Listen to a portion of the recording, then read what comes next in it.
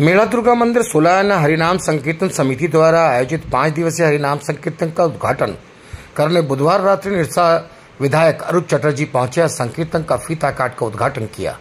इस दौरान ग्रामीणों ने विधायक अरूप चटर्जी का जोरदार स्वागत किया। वहीं आपको बताते चले कि 5 दिवसीय संकीर्तन में पश्चिम बंगाल के बांकुड़ा और बीरभूम से 2 अलग अलग टोली संकीर्तन के लिए पहुंची है, जो पूरे क्षेत्र को भक्तिमय बना देगा, साथ ही लोगों को झूमने पर मजबूर कर देगा। हर वर्ष की भांति समिति द्वारा इस वर्ष भी संकीर्तन का आयोजन रखा गया, जिसकी भव्य तैयारी समिति द्वारा की गई है। निरसा विधायक अरूप चटर्जी के साथ स्थानीय मुखिया मनोज राय भी मुख्य रूप से उपस्थित थे।